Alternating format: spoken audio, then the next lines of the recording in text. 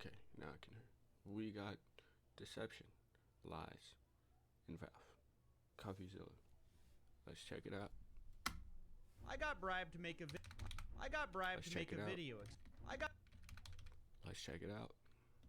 I got bribed to make a video exposing a single Counter-Strike casino, but I decided to expose the whole industry instead, which led us from pitchforks to people rushing stages, millionaires making excuses, and esports teams who say they can't survive without gambling. The lack of any accountability making me wonder about the biggest casino of them all, Valve, the owner of Counter-Strike. Now, if you've watched the last few episodes, you know there's a lot of opinions about I did not. Keep it a buck. I did not. what the problem is, who's the villain, who's the good guy. Hardly anyone agrees on anything. But I did find one thing that nearly everyone agrees on. I started gambling on Counter-Strike when I was probably 13 years old. Don't gamble. It's not worth it. Don't gamble. 10 years old. I think it was 14. Valve definitely does have an underage gambling problem. I think Valve does have an underage gambling problem. Yes, it is underage gambling disguised because it holds real life value. Underage, middle age, overage, however you want to slice it. Okay, so we're talking about underage. We all understand that. Middle age. We all got a perception on that. What is overage? What is overage?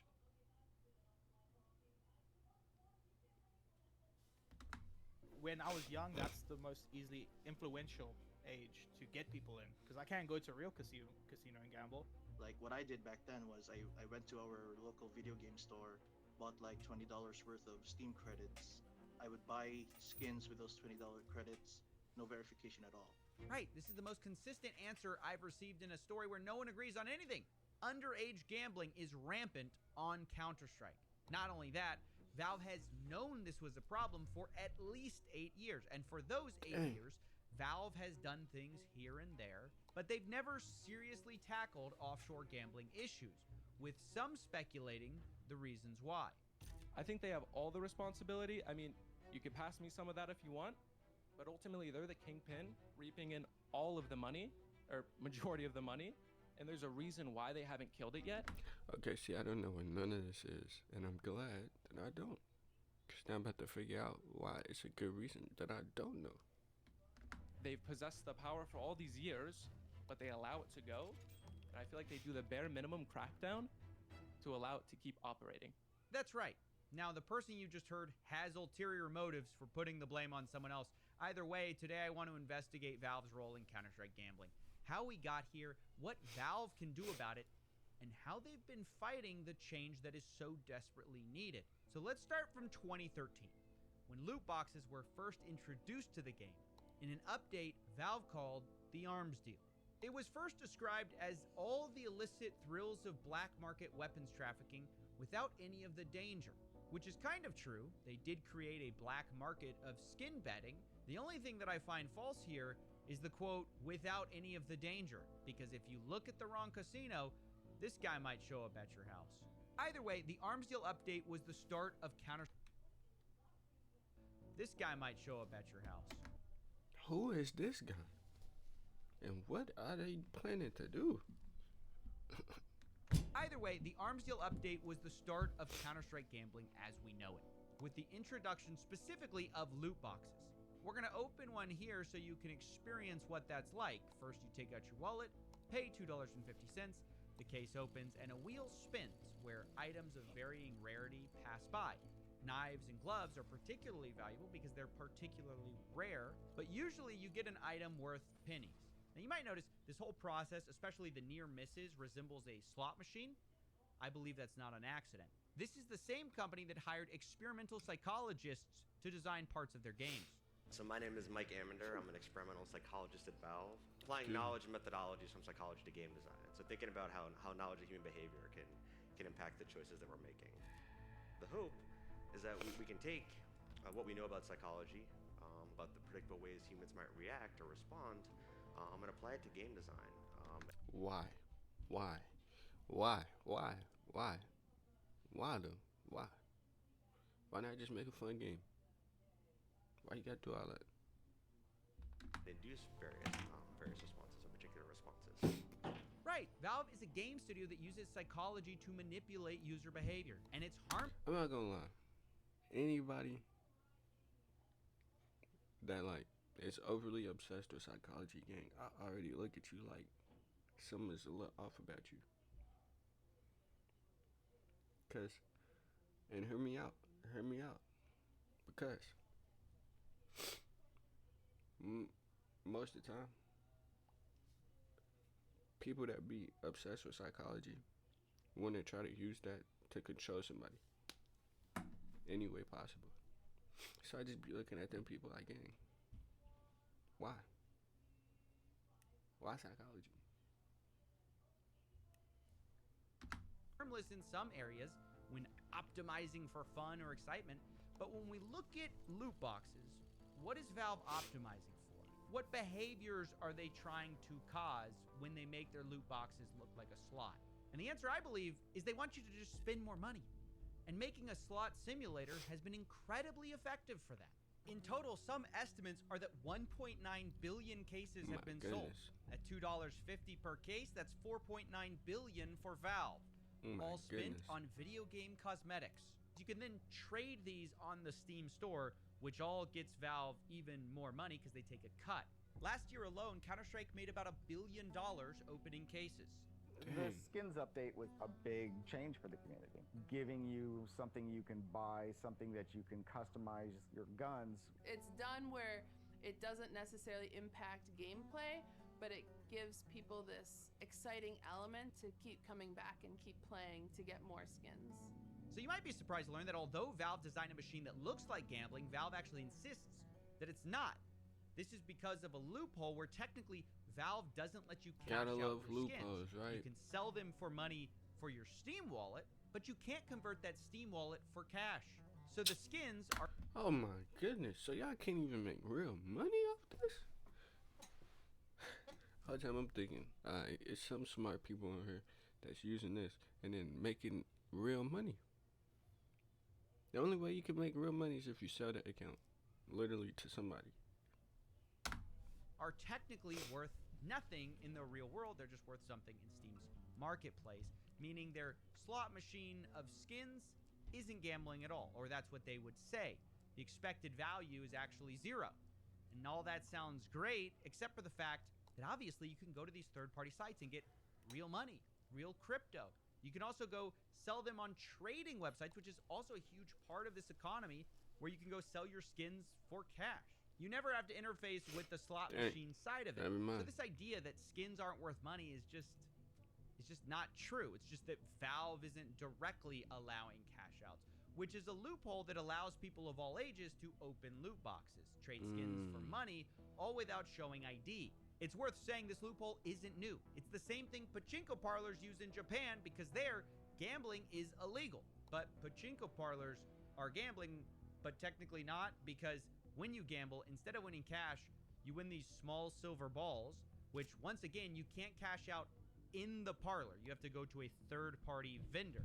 換金所が別にあるからそれはなんで別にあるんですか？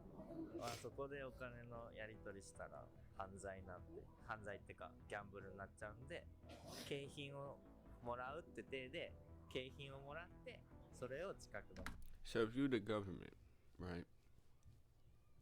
You're not gonna stop this. You know it's happening, but you're not gonna stop it because in the end, they making money, and in the end, the government is making money of them making money. So they don't really care. They're not gonna stop it. They know it's happening. It's illegal. But it's not really illegal because that first-hand exchange ain't there. Feel me? So they don't care.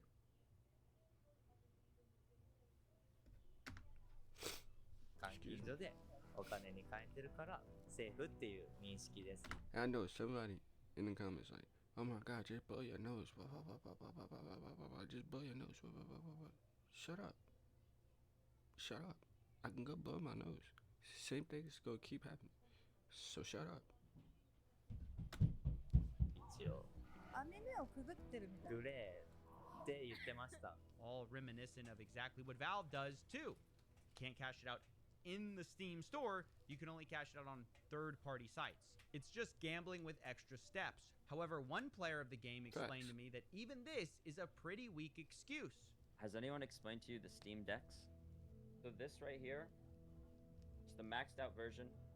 I think it's like 650 spent in Steam funds. Now, how do you get Steam funds? You can put money on, you can sell stuff on the store, you can unbox a case, get a $1,000 knife, sell it, and then get this. So items don't have value. How do I buy this? He got a point.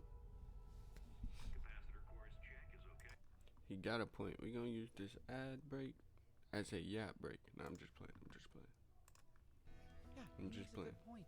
I think it's pointless to argue too long against these loopholes, though, because there's millions of arguments, some used by Valve, other used by Counter-Strike casinos, for why gambling isn't gambling. You have Clash's sweepstakes loophole, hype drops, you never lose money loophole, you have CSGO roll saying you can only cash out skins. Everyone in this story, from casinos to Valve, is using legal loopholes. So instead of trying to legal eagle all of them, I'm just appealing to your common sense. If it looks like gambling, mimics gambling, and the players say it's gambling, it's gambling. Now that we understand this, let's take a look at one of Valve's strangest positions they've ever had to take. See, back in 2016, when gambling sites hit mainstream news for scamming a bunch of their users and underage gambling, Valve looked really bad and said they were going to put a stop to Steam users who run a gambling business. To do this, they sent out several cease and desist letters, and some of those sites ceased, but others didn't. 8 years later, some of the same casino sites are still operating. Meanwhile, influencers are clearly still getting paid millions of dollars. Esports teams are still sponsored by many of these gambling businesses that Valve supposedly wants to shut down. This is where we come to a question. Why does Valve say they want to shut down gambling, but they fail to actually do it? Some will say they can't. Like, these offshore casinos are literally impossible to stop, but I don't buy that. This is the same company who will happily destroy parents in court who sue them for pushing gambling. Where's Valve's legal appetite to go after these offshore casinos? I don't know. It seems to me they could have banned this all a long time ago using any number of IP arguments, legal attacks, or simply software patches. Why they haven't is where we have to get into speculation. I have two thoughts as to why. Firstly, I believe it's good for Valve to be in an eternal fight against gambling. It's good optics. If you never defeat the evil offshore casinos, no one has to wonder why your loot boxes look so much like slot machines. We got to defeat the evil offshore casino guys first, guys. In fact, this is the exact attitude they had in 2016. It feels like Valve itself has specifically designed this game to operate almost exactly like a slot machine. Even back then, Valve got a lot of heat for exactly the same things we're talking about now, but everyone felt that the casinos were doing worse things. So before we demanded change from Valve, everyone felt that we should... I don't understand that though, because like, how can you say casinos are doing worse things when it's basically literally the same thing? Like, actually, like, I feel like that's even worse that you starting people even younger, because now it's like they don't get the chance to see somebody's life as an adult ruined for gambling because gambling. They don't get to see that. They gotta keep ruining themselves in this cycle till they get older, and then it's like drugs, really. Yeah, hooked, now you can't stop. Address the casino problem first, and Valve was happy to play the hero and send those cease and desist letters out. So if you can always pass the buck to someone more shady than you and say you're working on it, it's easy to avoid problems at home. That's my first guess. But there's a second, maybe more insidious answer. Shutting down offshore gambling is just not a priority because it's not very profitable. It may even cost Valve money, even though they probably would deny this and say they don't have the data. You see, Valve may profit from these casinos indirectly. That is according to the journalist at People Makes Games. They made this argument better than I ever could, and I'm going to use a portion of their great documentary here. We've got Steam over here and the betting sites over here on different websites, and both industries claim no relationship with the other. But to start with, the culture of skin betting is for many people a feature of Valve's games as advertised by YouTubers and streamers and virally by your friends who are gambling. Valve is going to be acquiring more visibility and players for its games from anyone who finds this extra functionality appealing. A thought I heard from almost all of the gamblers I spoke to was that Valve can't shut down these casinos permanently because that would wreck the market value of skins, thereby hurting every player who... $4,000 for a skin is insanity. I need to do better, bro. I know somebody out there that done bought these before, and probably for an even more enormous price. Y'all need to do better, bro. That's not it at all. Who owns any Valve skins. But to me, that just sounds like evidence that one big reason Valve skins are so valuable and why people want them so bad is Valve allowing the betting sites to exist. Look, I'll be honest, I think he's right. Valve is indirectly profiting from these casinos. But it's not just one journalist's opinion. Even experts have concluded the same thing.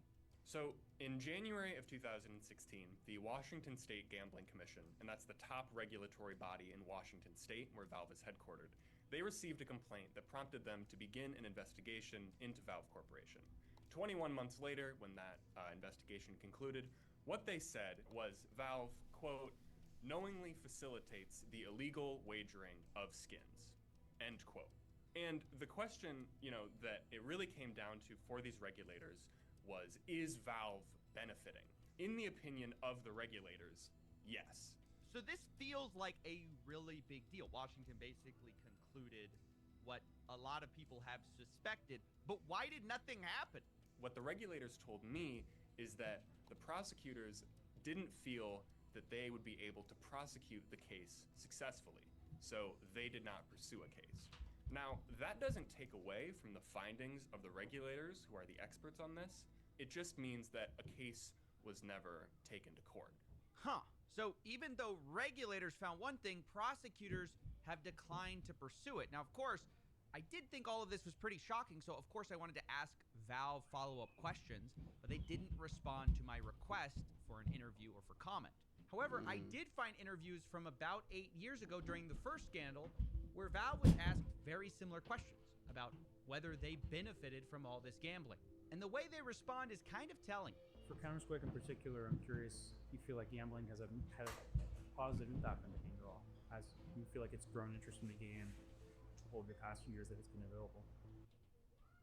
Awaken to a world of wonder in Final Fantasy XIV Online.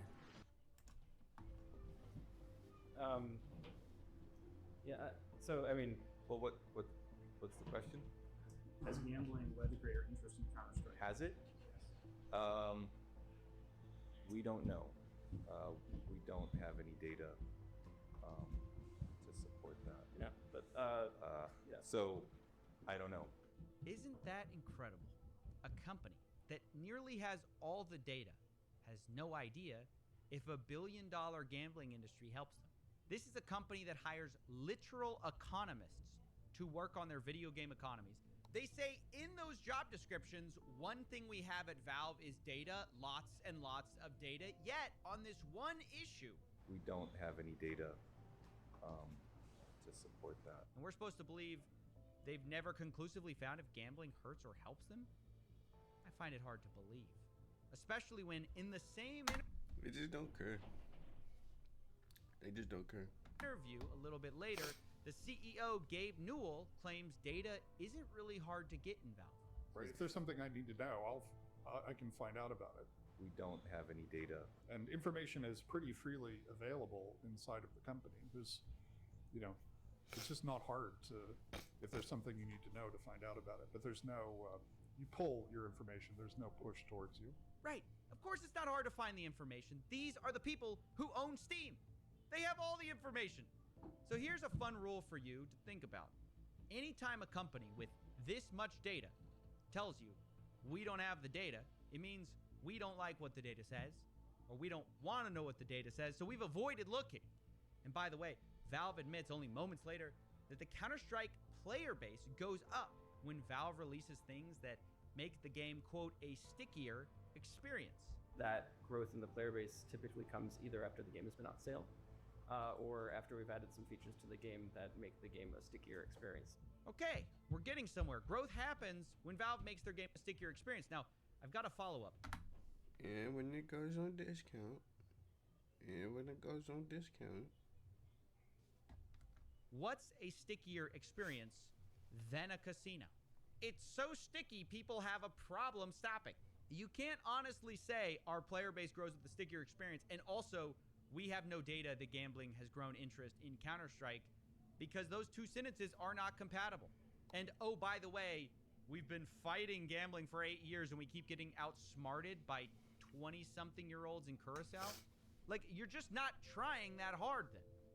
But we've even got more evidence for their lack of effort here, because Valve will occasionally take action on casinos, most often when they've been pressured to do so by bad press. Just take the PGL Majors, which started this whole thing. It was a horrible look for Valve, directly caused by the casinos. The result of that was almost immediately an update released only days later that for the first time in a while actually did something. Basically, Valve made it so that when you traded something in Counter-Strike, it was hard to then gamble that item. Basically, they changed a way that items showed up in your inventory. I'm not going to go into too much detail, but it kind of messed up the way casinos were tracking items. Now, the end result of this is that casinos, along with skin traders in general, are slightly punished. Now, my point here is this patch could have been done at any time. The reason it happened a few days after the PGL Major was this disruption. This was a clear signal from Valve to the casinos. You stepped out of line, you caused trouble, we'll cause you trouble, right? I should note, the casinos are going to find workarounds to this, but there aren't infinite workarounds. It's obvious to everyone, including the casinos, that if Valve really wanted to shut them down, they could, since Valve ultimately controls the ecosystem by which everyone trades and tracks items. So if they wanted to definitively shut down the casinos, they could, but it just is going to require work.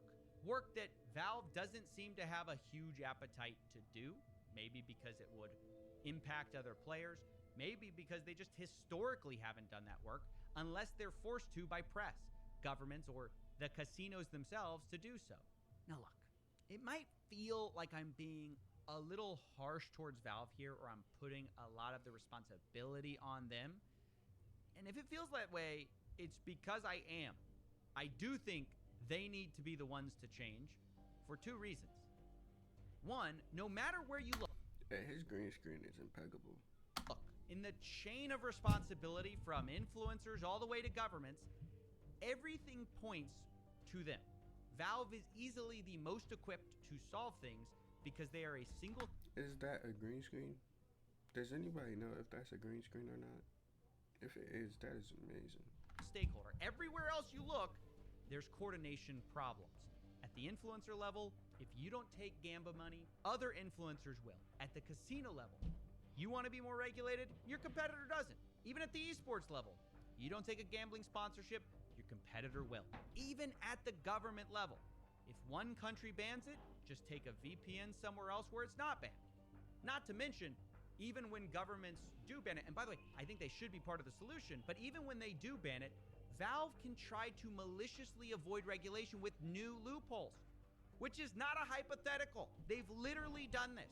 In France, for instance, where loot boxes that can be traded for money are banned, Valve updated their game just in France to put in what they call an X-ray scanner, where you can see the contents of your loot box before you open it, making the results technically not random. The catch is, though, you can't open another loot box until you pay to finish opening the one you've scanned. It's just a workaround the law to allow the same gambling, just legally, I guess. But it turns out this may have been a tactical mistake, because it kind of gave away the game Valve is playing. Because remember, they're trying to pretend not to be gambling, but this loophole they're using is literally a loophole slot machine companies use, where they will do what's called pre-reveal the result of a slot spin before you spin, and say it's not gambling as well. In states like Missouri in America, this is how gambling companies were trying to avoid the gambling classification. Funnily enough, while learning about this loophole, I found this. Quote, the gambling companies don't like each other and will claim one company is breaking the rules while they apparently follow them. I'm getting flashbacks to this story as well. But the point is, if Valve is resorting to using gambling companies' loopholes, from the pachinko parlor loophole to the pre-spin loophole, what does that say about what they're selling? Even Valve's own users are realizing this. In a post about the French law where they dodged it with this pre-reveal, people are saying, quote, they seriously skirted the laws that stupidly easily. Sounds like Valve is using loopholes taken straight from casinos. So that's why I'm saying, yes, countries should regulate predatory loot boxes designed as slot machines. Yes, influencers shouldn't take dirty deals. Yes, casinos should in theory self-regulate. But if we're looking where to lay out a plan to fix Valve's underage gambling problem, it all comes back to Valve. No one else can unilaterally shut this down except for them. And at the same time, no one stands to make so much money from keeping it open and lying about what exactly these cases are, using the same arguments casinos have been making for decades as Valve. And that's why I'm being so harsh, because frankly, they deserve it. This isn't some indie video game studio that's struggling to survive.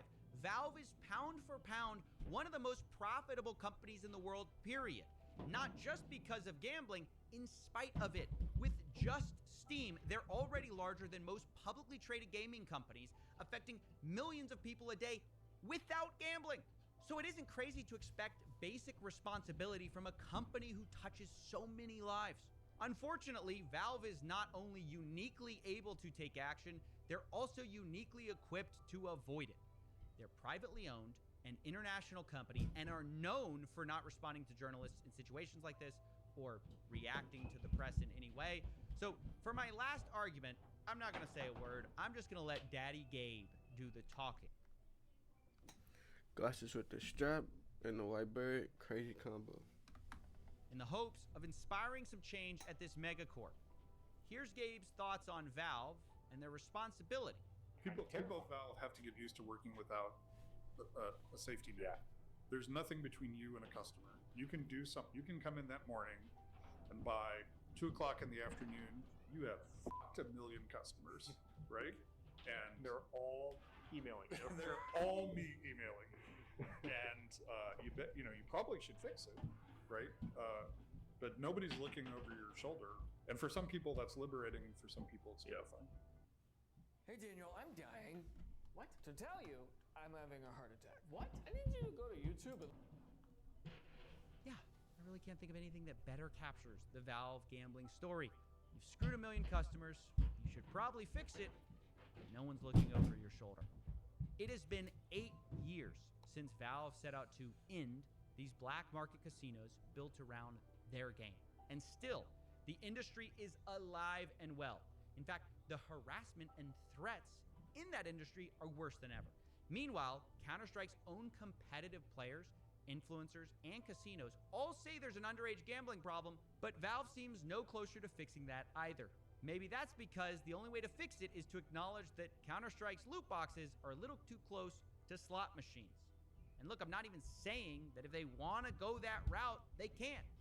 But at least ID your customers, at least acknowledge what it actually is. Otherwise, you're just trying to have your cake and eat it too. You want gambling without any of the responsibility that comes with it. And we all know that that kind of cake is a lie. Look, I know this is a long shot, and maybe it's pointless. I look back 8 years and I see many of the same stories of victims, villains, and Valve with zero real change. But knowing the odds are slim hasn't stopped kids from getting addicted. So it's not going to stop me either. This is a gamble I'm willing to take.